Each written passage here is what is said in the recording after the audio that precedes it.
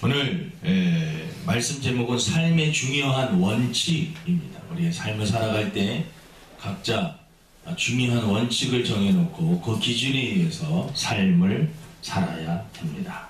그래서 우리 하나님의 자녀들이 특별히 이 세상을 살아가면서 많이 결정을 해야 되고 선택을 해야 되고 내가 어떤 길로 가야 될지 우리들은 늘 선택의 기로에 설 때가 많이 있습니다. 그때 기준이 있어야 돼요. 기준이 있어야 되는데 그 기준, 특별히 하나님의 자녀들이 이 세상에 살아가면서 기준과 중요한 원칙, 그것이 무엇인가? 물론 성경에 보면 많은 말씀들이 있지만 우리들이 삶을 살아가는 데 있어서 중요한 결정을 내리기 전에 한번 생각을 해봐야 되는, 그리고 결정해야 되는 그런 중요한 원칙들을 오늘 말씀을 드리려고 합니다. 첫 번째는 우리가 오늘 읽었던 이 본문 말씀입니다. 고린도전서 10장 30일 그런즉 너희가 먹든지 마시든지 무엇을 하든지 다 하나님의 영광을 위하여 하라. 첫 번째 원칙은 하나님께 영광을 돌리는 것입니다. 어떤 일을 선택을 할 때 이 일이 하나님께 영광이 되는가, 이 일이 하나님이 기뻐하시는 일인가. 하나님께 영광 돌린다는 말을 조금 다른 말로 표현하면 하나님을 기쁘시게 하는 것입니다. 웨스트민스터 소유리 문답 제1문에 사람의 제일 되는 목적이 무엇인가? 라고 하는 질문이 있습니다. 그 답변은 사람의 제일 되는 목적은 하나님을 영화롭게 하는 것과 영원토록 그를 즐거워하는 것이다. 하나님을 영화롭게 하는, 늘 하나님을 기쁘시게 하고 그분께 영광을 돌리는 삶.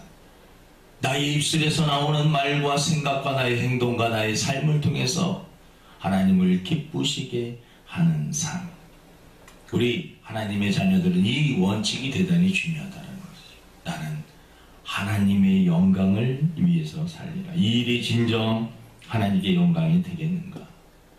이 일이 하나님을 기뻐하시는 일인가? 사업을 해도 공부를 해도 어떤 일을 할 때도 우리는 이 전제 아래서 이 일이 하나님이 기뻐하시고 하나님께 영광을 돌리는 일인가? 이것을 기준으로 우리는 선택을 하고 결정을 해야 된다라는 것입니다. 사랑하는 우리 주사랑교회 성도 여러분, 하나님의 영광을 위해서 사시기를 바랍니다. 하나님을 기쁘시게 해드리며 사시기를 바랍니다. 나 주님의 기쁨 되기 원합니다. 나 주님의 기쁨 되기 원합니다. 나의 입술에서 나오는 모든 말과 나의 생각이 하나님을 기쁘시게 해드리기를 원합니다. 내가 행동하는 모든 하나하나, 나의 사업, 나의 직장생활, 나의 인간관계, 내가 하는 모든 것들이 하나님을 기쁘시게 해드리기를 원합니다. 여러분, 하나님을 기쁘시게 해드리는 사람은 하나님께서 그 사람에게 말할 수 없는 기쁨과 즐거움과 또 하나님의 은혜와 축복을 허락하여 주시는 것입니다. 하나님께 영광을 돌리는 삶, 하나님께서 그 삶을 책임져 주시는 것입니다. CBS 방송 30년 동안 얼마나 많은 사람들이 간증을 했겠습니까? 근데 간증한 사람들 중에 1등을 한 분이 계십니다. 우리나라 분인데 마이클 조 선교사님이라고. 여러분들 이제 제가 영상 하나 나중에 올려드릴 테니까 한번 간증 들어보시고, 또 유튜브에도 여러 가지 영상들이 있는데, 그분은 가난한 그러한 집에서 아버님이 조금 정신적으로 안 좋으셔가지고 말도 제대로 못하시는, 말도 제대로 못하는 그런 가족. 어머니는 많이 배우지를 못하셔서 거친 분입니다. 하지만 다행인 것은 어머니는 기도하시는 어머니였어요. 그 집안에서 자란 이 분이 어릴 적에 사람이 가난과 아버지의 그러한 모습들을 보고 친구들과 또 자라면서 비교하게 되니까 마음속에 열등감과 낮은 자존감과 그래서 군대 가기 전에 자살 충동이 그에게 대단히 많이 있었다고 합니다. 어떻게 하면 죽을 수 있을까를 늘 고민하라. 어느 날은 나무에서 큰 좀 높은 곳에서 떨어져서 죽어야겠다라고 떨어졌는데 나무에 이렇게 걸려가지고 살기도 하고, 이 자살에 대한 충동이 자꾸 일어나서, 그리고 소망이 없는 거예요. 아버지를 봐도 어머니를 봐도 환경을 봐도 누구 도와줄 사람이 한 사람도 없는. 그러다가 군대에서 좀 사고가 나서 병원에 입원을 하게 되고, 입원 가운데 그는 환상을 통해서 예수님을 만나게 됩니다. 어릴 적부터 예수님은 교회는 다녔지만 예수님을 믿어줬지, 내가 교회 한번 가줬지, 그냥 엄마가 가라니까 갔지, 혼자 자기 믿음으로 가지 않았던 그 사람.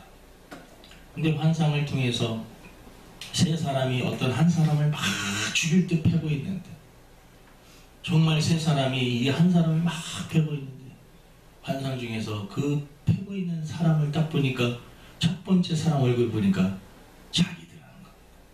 자기가 예수님을 막 때리고 막 죽일 듯이 패고 있더라는 거예요. 두 번째, 세 번째 사람도 가만히 보니까 자기라는 거예요. 그리고 그 맡고 있는 분은 머리에 가시관을 쓰고 계신 예수님이셨습니다. 아무튼 그분은 그렇게 예수님을 만나고, 그 다음에 그 가난한 가운데 하나님께서 그에게 은혜를 주시는데, 하나님께서 너 영어 공부해라, 영어 공부. 근데 막물로 말을 하면 전교에서 뒤에서 3등 정도 하는 그러한 수준. 1000문제면, 만약에 900문제면 다 그냥 한 1번만 찍고, 그래서 한 110 몇 점 나오는 그러한 수준. ABC도 제대로 모르는 사람에게 하나님께서는 영어를 공부해라, 열방을 너에게 주자. 그분은 처음에 열방이 방 10개를 주시는 줄 알았대요. 열방이라는 것은 온 민족과 온 나라를 다스리면서 너에게 복음을 전할 수 있는 사람으로만. 하나님, 근데 처음에 그런 말을 들었을 때 웃었지요. 근데 하나님께서 영어를 공부하라고 하는 그런 마음을 주셨을 때 하나님께서 세 가지를 주셨는데, 첫 번째는 열심. 코피가 엄청 터지면서도 열심히 공부할 수 있는, 집중할 수 있는. 그리고 그때 술과 담배 이런 것들을 많이 했었는데 그런 모든 것들을 다 끊을 수 있고 좋은 습관을 하나님이 자꾸 만들어주세요. 성령 받고 은혜 받고 하니까 하나님께서 좋은 습관을 막 주시네요. 그리고 또 꿈을 꾸게 하시는데, 이 잠에서 이렇게 자게 되면 꿈을 꾸는데 자꾸 외국 사람이 자기한테 말을 하고 막 영어로 말을 하면서 막 얘기를 하는 거예요. 처음에는 이게 무슨 일인가 했는데 나중에 하니까 하나님께서 꿈을 통해서 영어 회화 연습을 시키신 거예요. 그리고 나서 공부를 한 후에 얼마 지나지 않아 그는 영어에서 1등을 하게 됩니다. 그리고 은혜 받고 그는 전도하기 시작을 합니다. 짧은 시간에 1000명이라고 하는 많은 사람들을 전도하는 사람으로 그렇게 자라게 됩니다. 여러분, 그분은 지금 이 많은 세계 곳곳에, 미국, 브라질, 또 인도, 할 것 없이 중국, 필리핀 다 해갖고 국제학교를 많이 세웠어요. 그 청소년들에게 영어와 복음을 전하면서 지금 세계 만방에 복음을 전하고 있는 그런 하나님 영광을 위해서, 하나님을 기쁘시게 하기 위해서, 나같이 열등감과 낮은 자존감과 인생에 늘 자살 충동으로 인생을 포기했던 그 사람, 하나님께서 그를 변화시키시던, 그를 정말 열방을 다니면서 복음을 전하는 그러한 사람으로 만들어 주셨습니다. 제가 영상을 하나 올릴 테니까 우리 카톡방에 여러분 꼭 한번 은혜 받으시기를 바랍니다. 여러분, 우리 인생을 사는 데 있어서 기본적인 원칙, 하나님께 영광을 돌리는 삶. 하나님을 기쁘시게 하면 하나님께서 우리의 삶을 기쁘시게 해 주실 줄로 믿습니다. 두 번째는 사랑하면서 살아야 합니다. 우리 따라하십니다. 사랑하면서 살아야 합니다. 하나님이 우리들에게 이 세상 살아가면서 너 중요한 원칙이 있다. 너 사랑하면서 살아야 된다. 마태복음 22장 37절 39절은 그래서 대단히 중요한 구절이죠. 예수께서 이르시되 내 마음을 다하고 목숨을 다하고 뜻을 다하여 주 너의 하나님을 사랑하라 하셨으니 이것이 크고 첫째 되는 계명이요 둘째도 그와 같으니 내 이웃을 내 자신과 같이 사랑하라 하셨으니 이 두 계명이 온 율법과 선지자의 강령이니라. 하나님을 사랑하는 일, 그리고 사람을 사랑하는 일, 이것이 가장 인생을 살아가는 데 있어서 중요하다는 거예요. 사람이 죽기 전에 가장 후회하는 일이 뭔지 아십니까? 사랑하지 못했던 것, 용서하지 못했던 것. 그것을 사람들이 가장 후회한다라고 그래요. 내가 조금 더 사랑을 했어야 되는데. 가족들도 그렇고 또 내 이웃도 그렇고 내가 알고 있는 많은 사람들 더 많이 사랑했어야 되는데. 또 용서에 대한 내가 더 많이 용서했어야 되는데. 내가 더 많이 용서했어야 되는데.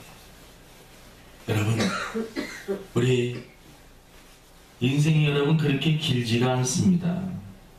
인생이 길지가 않아요. 사랑은 사람을 살리는 게. 그것도 그렇고요. 집에서 화분을 길러보시는 분들은 다 아세요. 관심을 갖잖아요. 아이들이 싱싱하게 자라요. 근데요, 관심이 없잖아. 어느 날 시들시들해지. 요즘에 애완견들 집에서 개들을 많이 키우는데 개들도 마찬가지예요. 사랑으로 키운 애들은 아이들이 참 예쁘게 잘 합니다. 사랑을 못 받고 온 애들 많이 거칠게 자라는 것을 볼 수가 있습니다. 사랑은 사람을 살리는 겁니다. 식물이건 동물이건 살아있는 생명체들은 신비합니다. 여러분, 사람을 살립니다. 사랑은 사람을 살리지만 미움은 사람을 죽이는 것입니다. 다른 사람들에게도 죽이는 것이지만 미워하는 자기 자신이 또 죽는 것입니다. 그래서 하나님께서 우리들에게 용서해라. 너 누군가를 미워하면 네가 죽는다. 그 독소가 너에게 계속해서 너 자신을 공격하는 것입니다. 그래서 이 미움과 증오를 가지고 있는 사람들이 결국 좋지 않습니다. 마음속에 늘 사랑으로 사랑이라는 것은 부드러운 거예요. 딱딱하지 않습니다. 미움과 증오는 여러분 딱딱한 것입니다. 인생은 짧습니다. 싸우면서 살면 안 됩니다. 사랑하면서 살기에도 너무 짧은 삶인 것입니다. 여러분, 모든 세계의 문학이나 영화나 모든 최고의 작품은 사랑을 전제로 한 작품입니다. 하나님은 이 세상에 우리들을 왜 보내셨을까? 사랑하면서 살라고 보내신 줄로 믿습니다. 사랑하면서 살 때 여러분 우리 마음이 기쁨이 있고 행복이 있는 것입니다. 다른 사람들에게 주고 베풀고 나누고 이 모든 것들도 사랑입니다. 사랑을 할 때 행복합니다. 예수님은 십자가에 못 박혀 죽으셨지만 가장 행복하신 분이셨습니다. 왜냐하면 우리를 사랑하는 그 표현을 하셨기 때문에 그렇습니다. 하나님도 아들이신 예수님 우리들에게 보내주셨지만 아픔이 있었지만 사랑이 아들이 죽어야 우리가 살기 때문에 예수님이 죽으셔야 우리가 살기 때문에 하나님은 우리를 사랑하신 것입니다. 이 세상이 사랑으로 창조되었고 사랑으로 유지되는 것입니다. 하나님의 사랑 때문에 저와 여러분 여전히 살아가고 있는 것입니다. 하나님의 사랑이 없으면 한순간도 살 수 없음이 바로 우리들의 인생인 것입니다. 그래서 하나님은 우리들에게 사랑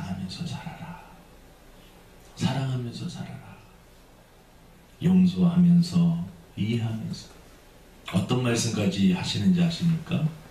원수까지 사랑하라. 원수를 어떻게 사랑합니까? 때려 죽이고 싶고 미워 죽겠는데 어떻게. 근데 주님은 원수까지 사랑해라. 야, 원수를 사랑하라. 손양은 목사님은 자기 아들을 주님 그 사람을 양자로 데려다 키워가지고 목사로 만든 사람이 손양은 사랑의 원자다. 그분의 이 삶을 생각해보면 그게 가능한 일일까? 하나님의 사랑이 아니면, 성령의 역사가 아니면 불가능합니다. 우리 인간의 마음으로는 불가능. 하나님이 주시는 그 마음을 가지면 그런 마음을 가지게 된다. 그래서 두 번째 원칙은 사랑하면서 사랑. 첫 번째는 여러분 하나님께 영광을 돌리는 삶. 두 번째는 사랑하면서 삶. 이 큰 틀을 가지고 우리가 어떤 결정을 내릴 때 그 틀을 가지고 자꾸 생각을 해보면 해야 될지 말아야 될지 결정을 할 때 큰 도움이 될 뿐만 아니라 우리 인생길을 갈 때 방황하지 않고 목적지를 잘 갈 수 있다는 거죠. 세 번째는 우리가 내세를 준비하면서 살아야 됩니다. 내세를 준비하면서. 히브리서 9장 27절에 한번 죽는 것은 사람에게 정해진 것이요 그 후에는 심판이 있으리니 라고 말씀을 하고 있습니다. 죽음이 멀리 있는 것이 아닙니다. 어느 순간에 나에게 다가올지 모르는 것입니다. 차 사고 나는 것을 보면은요 한순간에 일어나요. 잠시 눈 깜짝할 사이에 일어나는 것입니다. 어떤 분들은 그래요. 예수 믿으라고 그러면 저 죽기 일주일 전에 예수님 믿을 거예요. 즐길 거 다 즐기고 할 거 다 하고 일주일 전에 예수님 영접해갖고 회개하면 천국 가죠. 여러분 일주일 전에 예수님을 정말 믿고 영접하면 천국에 갑니다. 성경이 그렇게 말하고 있어요. 그런데 그 죽는 그 시간과 그 때를 알지를 못해요. 입술로 고백을 하고 마음으로 믿고 입으로 고백하면 구원 얻으려고 로마서에 나와 있는데 예수님을 내가 구주로 영접합니다 이 말을 하면 구원을 받을 수 있는데 그 말을 할 수 있는 기회가 없다라는 거죠. 자기가 죽는 그거를 몰라요. 그렇기 때문에 여러분 지금 믿어야 되는 것입니다. 지금 예수님을 영접하지 않으면 안 되는 거예요. 가장 지혜로운 자는 예수님을 영접한 자입니다. 예수님을 믿고 그분과 함께 살아가는 자, 그 사람이 가장 지혜로운 자이고 어떻게 보면 행복자인 것입니다. 요한복음 3장 16절에 보니까 하나님이 세상을 이처럼 사랑하사 독생자를 주셨으니 이는 저를 믿는 자마다 멸망치 않고 영생을 얻게 하려 하심이라. 이 세상에 아무리 잘 산다 할지라도 그 사람에게 영원한 생명, 저 천국에서 살지 못한다면 그 사람의 삶은 불행한 삶인 것입니다. 70년, 80년, 아니 100년 사는 그 인생 중에서 아무리 행복하게 살았다 할지라도 모든 사람들의 선망의 대상이 되며 부러울 것이 없이 부귀영화를 누리고 살았다 할지라도 그에게 영생이 소유되지 않았다면 그 영혼은 불쌍한 자인 것입니다. 요한복음 3장 36절에 아들을 믿는 자에게는 영생이 있고 아들에게 순종하지 아니하는 자는 영생을 보지 못하고 도리어 하나님의 진노가 그 위에 머물러 있느니라. 그래서 우리 하나님의 자녀들은 늘 내세를 생각하며 살아야 되는 것입니다. 현재 지금보다도 지금의 삶도 우리는 중요해요. 열심히 살아야 됩니다. 하지만 우리의 본향은 저 천국인 것입니다. 천국을 바라보면서 늘 믿음으로 살아가야 됩니다. 짐 엘리엇이라고 하는 선교사님이 있습니다. 짐 엘리엇. 오늘 선교사님들에 대한 얘기를 하는데 짐 엘리엇이라고 하는 분은 52년도에 에콰도르라고 하는 그 나라에 친구들 4명이 선교사로 파송이 되게 됩니다. 그 당시 에콰도르는 막 원주민들도 살고 미개한 그러한 거기 원시인과 같은 그 사람들 그 속에 들어가서 복음을 전하게 되는데 친구 4명이 1952년도에 들어갔는데 4년 후 1956년에 그 아우족이라고 하는 그 사람들에게 거의 학살을 당하게 됩니다. 죽임을 당해도 너무 잔인하게 죽임을 당합니다. 근데 그 4명에게는 총이 있었어요. 그 사람이 왔을 때 총으로 그냥 다 쏴서 그 사람 죽일 수 있었어요. 근데 우리가 이 사람들 구원하러 왔다가 구원시키기 위해서 왔는데 이 사람들이 우리를 공격한다고 총으로 쏴 죽일 수는 없다. 그래서 총으로 쏴 죽인 게 아니라 그 사람들이 든 돌과 칼과 이런 것들에 의해서 잔인하게 죽임을 당합니다. 그리고 나서 거의 한 30년, 36년 정도가 지나게 되는데 그 짐 엘리엇이라고 하는 사람의 아내 엘리자베스라고 하는 그 여자가 그래도 그 사람들에게 복음을 전하는 거예요. 모든 사람들은 어떻게 복음을 전하다가 저렇게 하나님이 살아계시다면 어떻게 저런 일이 있을 수 있을까 하고 저 젊은 사람들 너무나 잔인하게 죽고 하지만 그곳에서 엘리자베스라고 하는 그 아내가 계속해서 복음을 전했어요. 그 짐 엘리엇이라고 하는 그 사람을 죽인 남자가 키모라고 하는 사람인데 나중에는 그 사람이 목사님이 됩니다. 목사가 되고 그 지역을 다 복음화시킵니다. 그리고 그 지역에 신약 성경을 읽을 수 있도록 번역을 하게 되고 신약 성경을 내고 교회를 봉헌하면서 30년이 지난 후에 감사 예배를 드리는 것입니다. 짐 엘리엇의 그 일기장에 이러한 내용이 있습니다. 영원한 것을 얻기 위해 영원하지 않은 것을 버리는 일은 결코 어리석은 선택이 아니다. 그들은 총으로 그들을 죽일 수도 있었지만 저 영원한 세계를 생각하면서 내가 비록 저들의 희생은 되지만 하나님께서 우리의 영혼을 책임져 주실 거예요. 그들은 메시아에 대한 확신이 있었기 때문에 그걸 선택할 수 있었던 것입니다. 여러분 한번 질문에 답해 보시기 바랍니다. 5분 살고 영원한 생명을 살 수 있는 것과 50년을 살고 영원히 못 사는 것. 질문이 조금 그렇습니까? 지금 내가 5분 살고 죽는다는 얘기예요. 하지만 그 사람에게는 영원이라고 하는 선물이 주어져. 어떤 사람이 50년 동안 이 땅에서 살 수 있는 그러한 것을 주지만 그 다음에는 영생이 없다. 5분을 선택할 것인가 50년을 선택할 것인가. 집에 가서 조금 생각해 보시기를 바랍니다. 우리가 영생이라고 하는 메시아에 대한 확신이 있는 사람들은 5분을 선택을 하겠죠.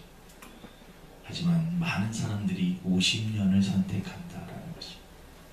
내가 보이지도 않는 것, 그게 있을지 없을지도 모르는 것을 위해서 내가 왜 투자를 하느냐라는 것입니다. 바울의 인생과는 예수님을 만나고 난 이후에 그의 인생은 완전히 바뀌었습니다. 바울은 지금으로 말하면 금수저 집안에 태어났어요. 돈이 많은 아버지 밑에서 태어났습니다. 공부도 할 수 있고 앞으로 전도 유망한 그러한 청년으로 자랄 수 있었지만 예수님을 만나고 난 이후에 그는 자기가 가진 모든 배경들, 지식들 다 배설물로 여기고 오직 십자가만을 자랑하고 예수님만을 전하는 사람으로 변하게 됩니다. 그리고 그는 복음을 전하다가 많은 고난을 당합니다. 이 죽을 위기도 많이 넘깁니다. 배고픔, 또 여러 가지 위협, 침뱉음도 당하고 정말 곤장도 맞고 여러 가지 감옥에도 갇히고 고난을 당하지만 현재의 고난은 장차 받을 영광과 좋게 비교할 수 없도다.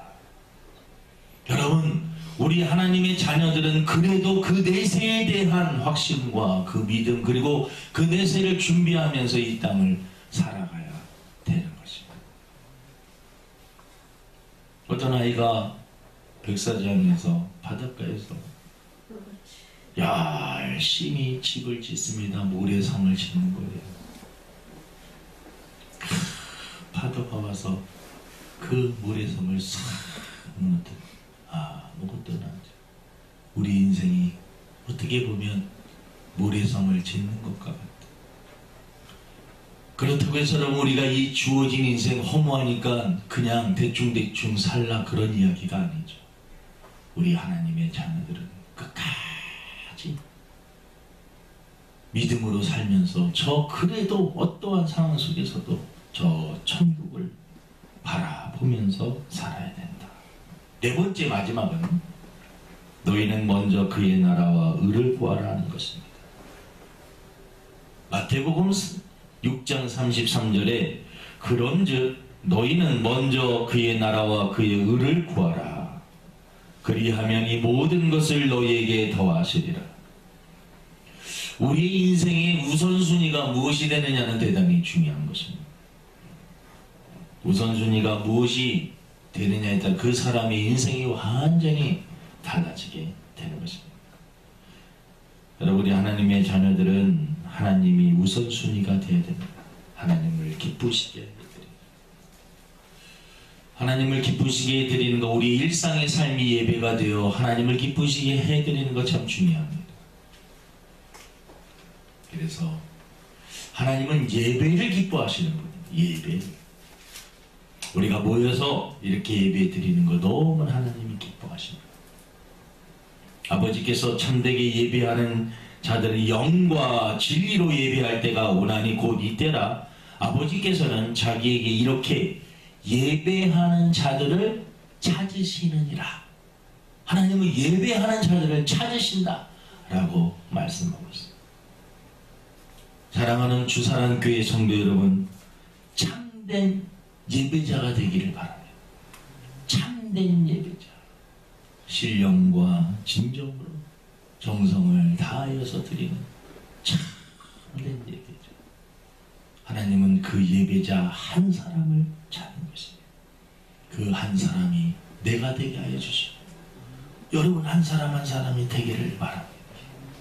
너희는 먼저 그의 나라와 의를 구하라.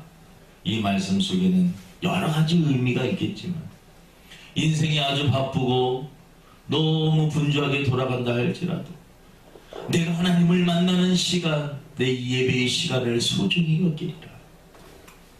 2024년도는 여러분 예배의 성공자가 되시기를 바랍니다.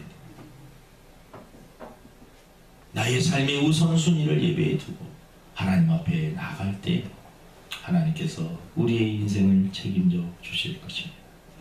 여러분, 오늘 원칙, 중요한 인생의 원칙, 우리 네 가지를 말씀을 드렸습니다. 하나님께 영광을 돌리면서 살아야 된다.